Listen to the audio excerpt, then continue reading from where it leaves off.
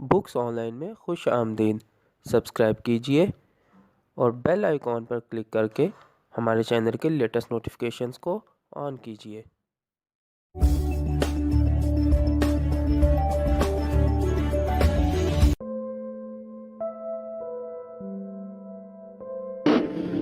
اعوذ باللہ من الشیطان الرجیم، بسم اللہ الرحمن الرحیم۔ السلام علیکم سامعین، آج ہم قدرت اللہ شہاب کی کتاب شہاب نامہ کے 62ویں حصے کے ساتھ حاضر ہیں۔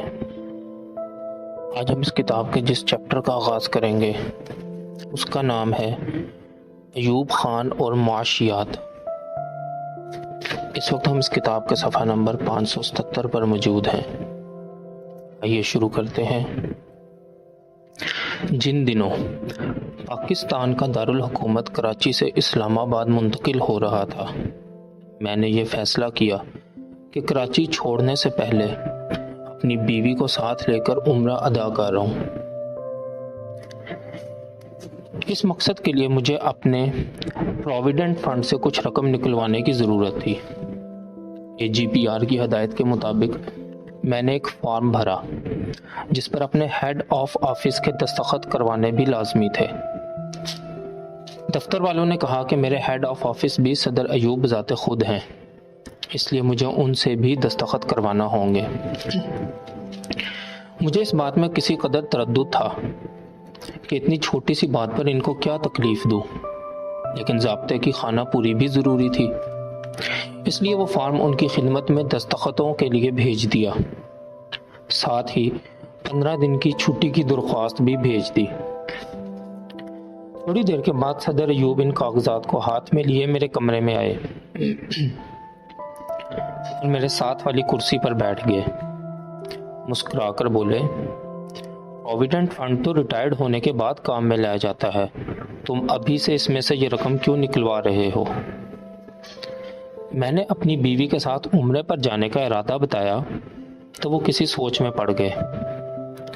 اگر ایسا ارادہ تھا تو تنخواہ میں سے پیسہ بچا بچا کر رکھتے، پروویڈنٹ فنڈ میں سے کچھ نکلوانا دور اندیشی کی بات نہیں۔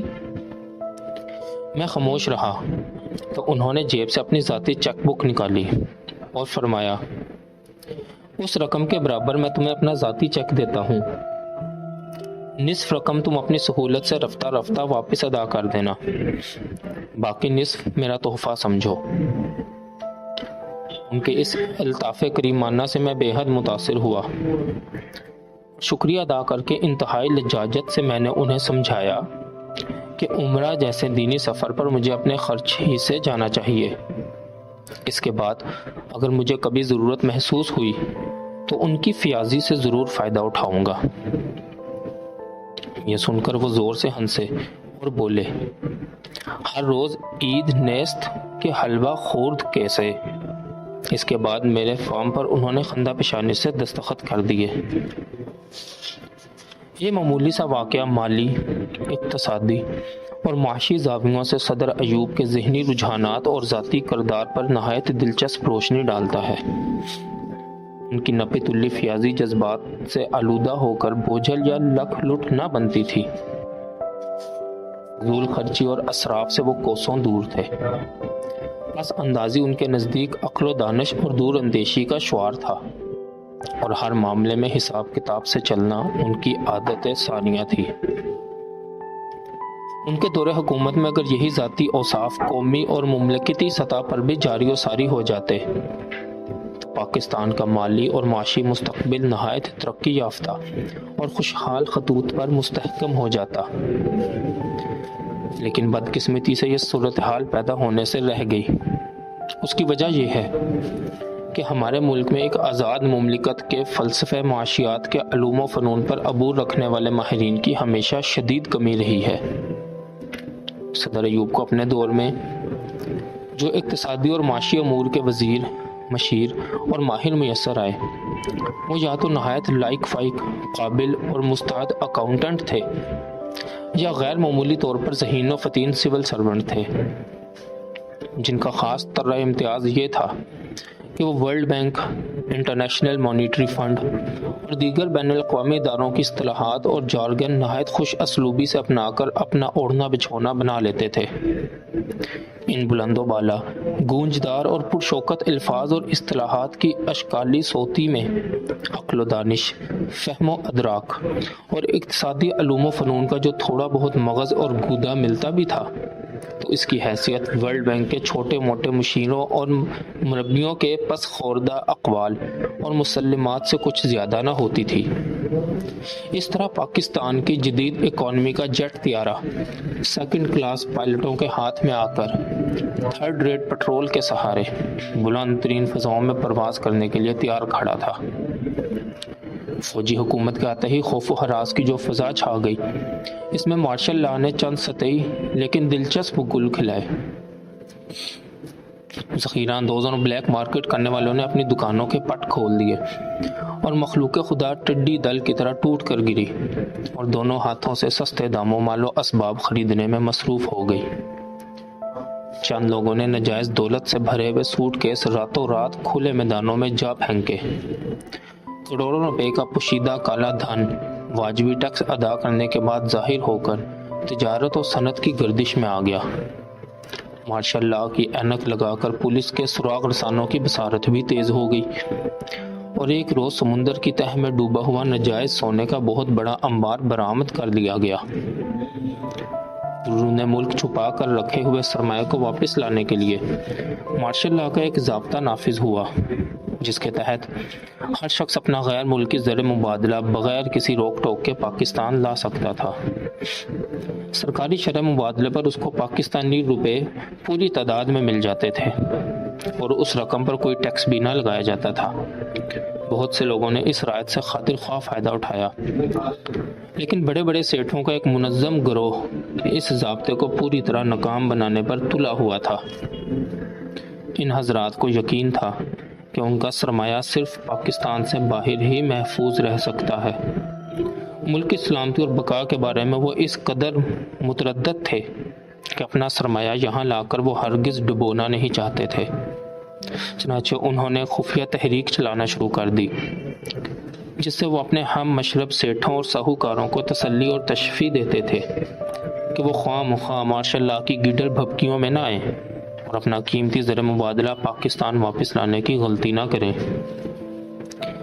ایک سیٹھ کے محب وطن کرندوں نے یہ راز ایک گمنام خط کے ذریعے صدر ایوب کے نام لکھ کر بھیج دیا۔ اس میں یہ بھی درج تھا کہ M A Rangoonwala, chairman federation of chamber of commerce and industry, J S Lobo secretary, Karachi chamber of commerce and industry, A K Somar secretary Pakistan merchants ایسوسی ایشن اور احمد کریم اس تحریک کے روح رواں ہیں۔ صدر ایوب کے نام اس خط کے ساتھ ایک اور پرچہ بھی منسلک تھا جو میرے نام تھا۔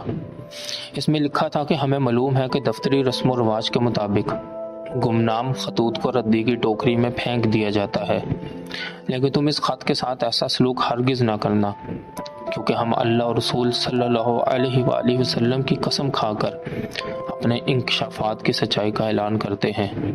اگر تم نے اس خط کو نظر انداز کیا تو تم بھی قوم کے مجرموں کی پشت پناہی کر رہے ہوگے۔ صدر ایوب کی اجازت سے میں نے اس خط کے مندرجات کو ایک مخبرانہ رپورٹ کی صورت میں منتقل کیا اور اس پر مختلف ذرائع سے انکوائری شروع کروا دی۔ نتیجہ خاطر خواہ نکلا۔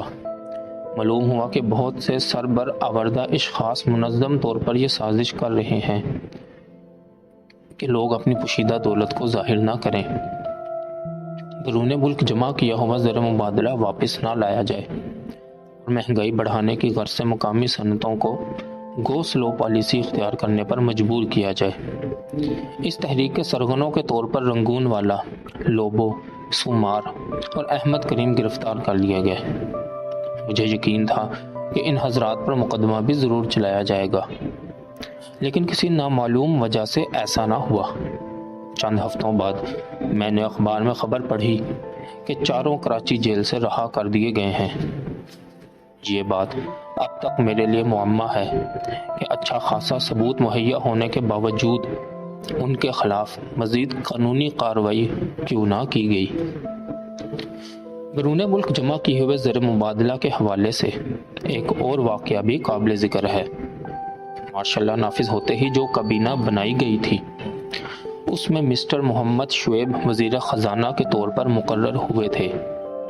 یہ صاحب کچھ عرصہ سے واشنگٹن کے عالمی بینک میں ڈائریکٹر کے طور پر متعین تھے۔ وزیر خزانہ کا عہدہ انہوں نے اس شرط پر قبول کیا تھا کہ وہ ساتھ ہی ورلڈ بینک کے ڈائریکٹر بھی بدستور رہیں گے۔ ان دو اسامیوں پر ایک شخص کا بیک وقت فائز رہنا اصولی طور پر معیوب اور نامناسب تھا۔ ایک آزاد مملکت کے وزیر خزانہ کا ساتھ ہی ساتھ ایک بین الاقوامی بینک کی ادنا سی اسامی کے ساتھ چمٹے رہنا ہمارے قومی وقار کے سراسر منافی تھا۔ اس لیے شروع ہی سے میرے دل میں ان کے متعلق کوئی خاص قدر و منزلت نہ تھی۔ جن دنوں میں بیرون ملک جمع کیے ہوئے زر مبادلہ کے سلسلے میں چند بڑے سیٹھوں کے خلاف انکوائری شروع کروانے میں مصروف تھا، ایک روز محمد شعیب صاحب میرے دفتر میں تشریف لائے۔ ورلڈ بینک کی ملازمت کی وجہ سے امریکہ میں ان کے کئی لاکھ ڈالر جمع تھے۔ انہوں نے صدر ایوب کے نام ایک درخواست لکھ رکھی تھی کہ انہیں یہ رقم امریکہ کے کسی بینک ہی میں رکھنے کی اجازت دی جائے۔ انہوں نے یہ درخواست میرے حوالے کر کے کہا کہ میں صدر ایوب سے منظور کروا کر اسے جلد از جلد ان کے پاس بھیج دوں گا۔ وزارت کے ساتھ ہی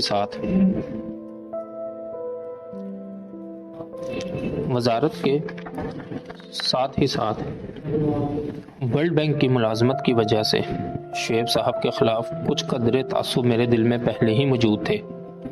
اب ان کی اس درخواست نے جلتی پر تیل کا کام کیا۔ میں نے لگے ہاتھوں انہیں کراچی کے بڑے بڑے سیٹھوں کی سازشانہ حرکات کا حال سنایا اور اپنی برخود غلط عادلانہ اور متقیانہ راست بازی کے جوش میں کہہ بیٹھا، سر، ملک کے وزیر خزانہ کو پاکستان کے اقتصادی ثبات اور استحکام پر دوسروں کی نسبت زیادہ کامل یقین اور اعتماد ہونا چاہیے۔ اگر آپ اعلان کر کے ڈنکے کی چوٹ اپنا بیرونی اثاثہ یہاں لے آئیں تو اوروں کے لیے یہ نہایت صحت مند اور قابل تقلید مثال قائم ہوگی۔ میری بات سن کر شعیب صاحب تاؤ میں آ گئے۔ انہوں نے اپنی درخواست جھپٹ کر میرے ہاتھ سے چھین لی اور تیزی سے بولے، بس میں یہاں پند و نصائح سننے نہیں آیا۔ میرے کمرے سے نکل کر وہ سیدھے صدر ایوب کے پاس گئے اور اپنی درخواست پر ان کی منظوری کے دستخط ثبت کرا لائے۔ ایک طرف وزیر خزانہ کی کرسی، دوسری طرف ورلڈ بینک کی ڈائریکٹری کا سٹول۔ ان دونوں شناختوں کے درمیان شعیب صاحب کی ذات عجیب و غریب لطائف و ظرائف کا شکار ہوتی رہتی تھی۔ چند بار تو میں بھی ان غلط فہمیوں کی لپیٹ میں بری طرح آیا۔ شعیب اور شہاب میں ایک مبہم سی صوتی مماثلت کے علاوہ ہم دونوں میں کوئی قدر مشترک نہ تھی۔ ایک بار صدر ایوب یوگوسلاویا کے سرکاری دورے پر گئے تو ہم دونوں بھی ان کے ہمراہیوں میں شامل تھے۔ آخری روز مارشل ٹیٹو نے کچھ تحائف تقسیم کیے۔ مجھے ایک نہایت خوبصورت ریڈیو گرام ملا۔ شعیب صاحب کو ایک نہایت معمولی سی ایش ٹرے ملی۔ وہ میرے سر ہو گئے کہ ہمارے ناموں کی مماثلت سے غلط فہمی ہوئی ہے اور میرے نام کا تحفہ غلطی سے تمہیں مل گیا ہے۔ مجھے بھی کچھ ایسا ہی شک گزرا۔ اتفاق سے یوگوسلاویا کا چیف آف پروٹوکول ادھر سے گزرا تو میں نے اسے روک لیا۔ شعیب صاحب اور میرے تحائف میں غلطی سے رد و بدل کا شبہ بیان کیا تو وہ مسکرایا اور بولا، کوئی غلط فہمی نہیں ہوئی، آپ دونوں کو اپنے اپنے صحیح تحائف ملے ہیں، لیکن مسٹر شعیب تو منسٹر کا عہدہ رکھتے ہیں۔ میں نے وضاحت کی، جو تحفہ انہیں دیا گیا ہے وہ ان کے منصب کے شایان شان نہیں۔ چیف آف پروٹوکول نے کہا، آپ نے دیکھا ہوگا ہر تقریب میں ہم نے وزیر خزانہ کو ان کے منصب کے مطابق درجہ دیا ہے، لیکن تحائف میں ہم نے انہیں ورلڈ بینک کا ڈائریکٹر تسلیم کیا ہے۔ وہ کیوں؟ ہمارے صدر کے ملٹری سیکرٹری نے پوچھا۔ ہمیں اس میں کسی قدر بچت نظر آئی، یوگوسلاویا کے چیف آف پروٹوکول نے کسی قدر تمسخر سے کہا۔ اسی طرح کے ایک دو واقعات صدر ایوب کے دورے امریکہ کے دوران بھی پیش آئے۔ صدر کینیڈی اور مسز کینیڈی نے صدر ایوب کے اعزاز میں ماؤنٹ ورنن پر ایک نہایت شاندار ڈنر کا اہتمام کیا تھا۔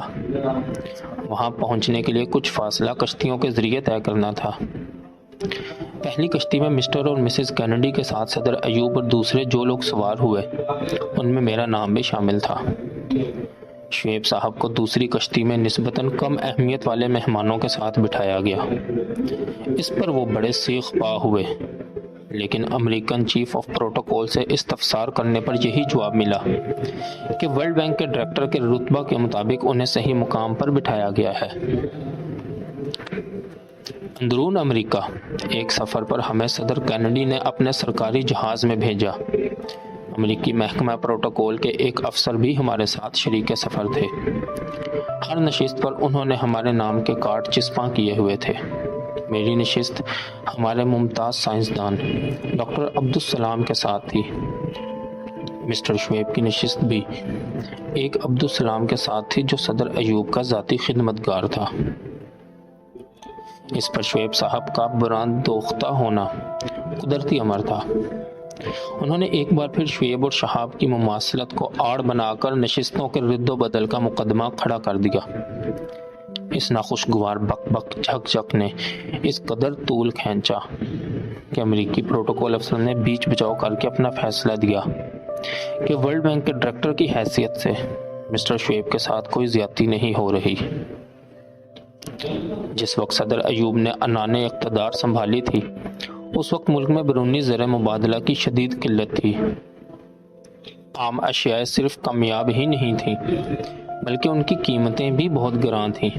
بلیک مارکیٹ، ذخیرہ اندوزی، اسمگلنگ، امپورٹ لائسنسوں کی برسر عام خرید و فروخت اور دیگر ہر طرح کی سرکاری مراعات کا کاروبار کھلے بندوں عام تھا۔ کسی نے صدر ایوب کو یہ پٹی پڑھا دی کہ ان سب خرابیوں اور نقائص کا تیر بہدف علاج بونس واؤچر اسکیم میں مضمر ہے۔ یہ تجویز کسی باضابطہ معاشی اصول یا نظریات پر مبنی نہ تھی بلکہ اس کی حیثیت ان نفسیات کے ماہر چرب زبان سنیاسیوں کے ٹونے ٹوٹکوں کی سی تھی جو پہاڑی جڑی بوٹیوں کے گیت گا گا کر مایوس مریضوں کو صحت مندی کا مجدہ سنانے میں مہارت رکھتے ہیں۔ اس سکیم کے مطابق جو شخص کوئی چیز ایکسپورٹ کر کے جتنا زر مبادلہ کماتا تھا اس کا ایک خاص حصہ اسے بونس واؤچر کے طور پر عطا کر دیا جاتا تھا، جس سے وہ اپنی ضرورت یا مرضی کے مطابق جو کچھ چاہے باہر سے درآمد کر سکتا تھا۔ دیکھتے ہی دیکھتے ایکسپورٹ کا کاروبار ہر کسی کا دل پسند مشغلہ بن گیا۔ جسے دیکھو کوئی نہ کوئی شے برآمد کرنے کی فکر میں غلطوں پیچاں تگ و دو کر رہا ہے۔ بونس واؤچروں کا نرخ بالا ہو گیا۔ آسودہ حال لوگ انہیں اپنا سامان طیش درآمد کرنے میں بے دریغ خرچ کرتے تھے۔ چنانچہ دکانوں اور گھروں میں عورتوں کے میک اپ کے اعلیٰ ترین لوازمات، عمدہ شرابوں، سر بمہر ولایتی کھانے پینے کی اشیاء کے ڈبوں، فرانسیسی پانی کی بوتلوں، سوئس چاکلیٹوں، جرمن کیمروں اور طرح طرح کی ٹافیوں، مٹھائیوں، پنیروں اور بسکٹوں کی ریل پیل ہو گئی۔ بونس واؤچر ہاتھوں ہاتھ مہنگے داموں بکتے تھے اور ان کے عوض امپورٹ کی ہوئی اشیاء اور بھی زیادہ مہنگی ہو کر بازار میں آتی تھیں۔ بونس واؤچر کی برکت سے بین الاقوامی سطح پر پاکستانی روپے کی قیمت گر کر نصف کے قریب رہ گئی تھی، لیکن اندرون ملک ہمارے اقتصادی ماہر صدر ایوب کی مونچھ کو تاؤ دے کر ان کے منہ سے یہی اعلان کرواتے رہے کہ ہم کسی دباؤ کے تحت اپنے روپے کی قیمت ہرگز نہیں گھٹائیں گے۔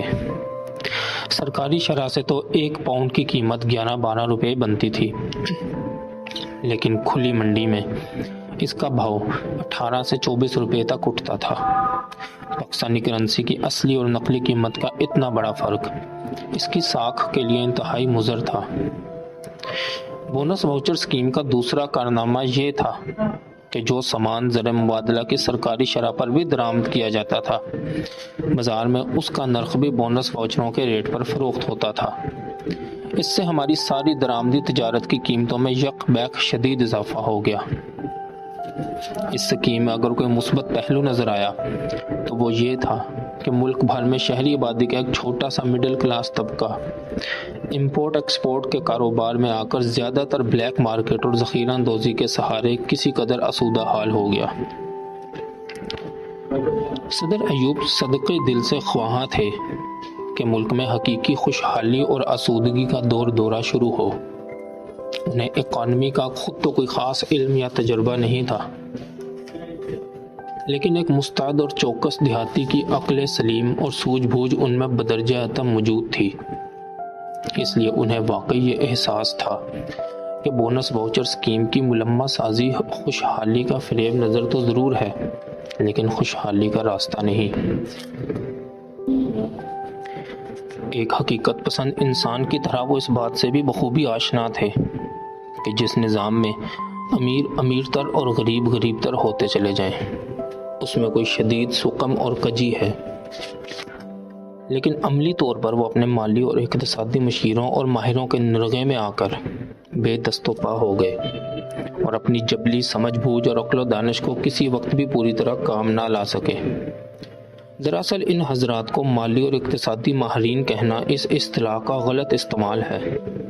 یہ سب لوگ اپنی اپنی جگہ بابو قسم کے بڑے عہدیدار تھے، لیکن بنیادی طور پر ان کی تعلیم و تربیت یا تو محاسبوں، منیبوں اور جمع خرچ نویسوں کے طور پر ہوئی تھی، یا وہ ڈپٹی کمشنر اور جوائنٹ سیکرٹری کے مرحلوں سے بخیر و خوبی گزر کر ملک بھر کے مالیاتی، اقتصادی اور منصوبہ بندی کے امور پر قابض ہو گئے تھے۔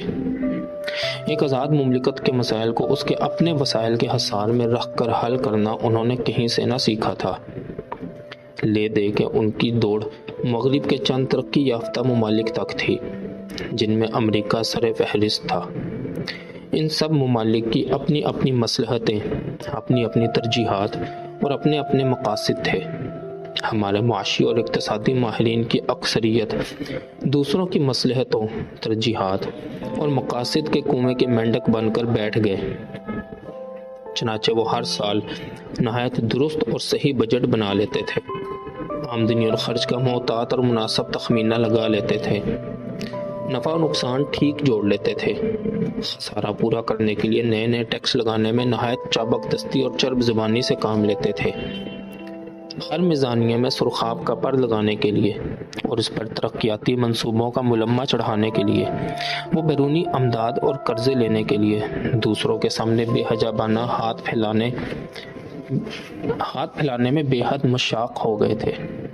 غیر ملکی امداد کی بیساکھیوں پر چڑھائی ہوئی ہر اقتصادی اور معاشیاتی عمارت غیر محفوظ اور غیر مامون ہوتی ہے۔ ہم پر جب کبھی کوئی آزمائش کی گھڑی آتی ہے، اس عمارت کا ایک نہ ایک حصہ دھڑام سے زمین بوس ہو جاتا ہے۔ ایوب خان کے دور حکومت کو بہت سے لوگ مادی ترقی کا سنہری دور کہتے ہیں۔ بے شک اس میں کوئی کلام نہیں، لیکن جن ناقابل اعتبار اور غیر یقینی سہاروں پر اس کی بنیاد رکھی گئی تھی، اسے قائم رکھنے کے لیے ہمیں اب تک ہر زمانے میں طرح طرح کے پاپڑ بیلنے پڑتے ہیں۔ خود کفالت کی راہ پر قدم بڑھائے بغیر ہر قسم کی ترقی کی اساس مصنوعی اور ناپائیدار رہتی ہے۔ ہماری روز افزوں ضروریات کا مگرمچھ تو منہ کھولے حل من مزید کا نعرہ بلند کرتا رہتا ہے، لیکن وقت کے ساتھ ساتھ ہمارے دوستوں اور امداد دینے والے بہی خواہوں کی اپنی مصلحتوں کے تقاضوں اور ترجیحات میں زیر و بم اور رد و بدل ایک لازمی اور فطری امر ہے۔ ہمارے قومی وسائل کو بیرونی ذرائع کا محتاج بنانے کے علاوہ ہمارے نام نہاد اقتصادی ماہرین نے صدر ایوب کو یہ بھی باور کرا دیا کہ پاکستان کی طرح تیسری دنیا کے پسماندہ ممالک کے لیے مادی ترقی کا ایک ہی راستہ ہے، جو طویل بھی ہے اور دشوار گزار بھی۔ اس کے علاوہ نہ تو کوئی متبادل راستہ ہے اور نہ کوئی شارٹ کٹ ہی استعمال کیا جا سکتا ہے۔ ان لکیر کے فقیروں نے سرخ فیتے کی مدد سے صنعتی اور تجارتی ترقی کا زینہ اس طرح امیزہ کر دیا کہ اس پر وہی چیدہ برگزیدہ اور پسندیدہ اشخاص اوپر چڑھ سکتے تھے جو قسمت کے دھنی تھے اور پہلی ہی سیڑھی کے ایک نہ ایک پائیدان پر ایستادہ ہو چکے تھے۔ نئی صنعتیں لگانے کے لائسنس یا تو پرانے صنعت کاروں اور تاجروں کو ملتے تھے یا ان دوسرے لوگوں کو ملتے تھے جنہیں سیاسی رشوت، اقربا پروری یا کسی دیگر خوشنودی کے طور پر نوازنا مقصود ہوتا تھا۔ یہ دوسرے لوگ لائسنس لے کر انہیں منہ مانگی قیمت پر پرانے صنعت کاروں اور تاجروں کے ہاتھ بیچ ڈالتے تھے۔ اس طرح بنیادی طور پر صنعت کاروں کا حلقہ اپنے پرانے دائرے کی حدود ہی میں گردش کرتا رہتا تھا اور اس میں تازہ خون بہت کم مقدار میں شامل ہوتا تھا۔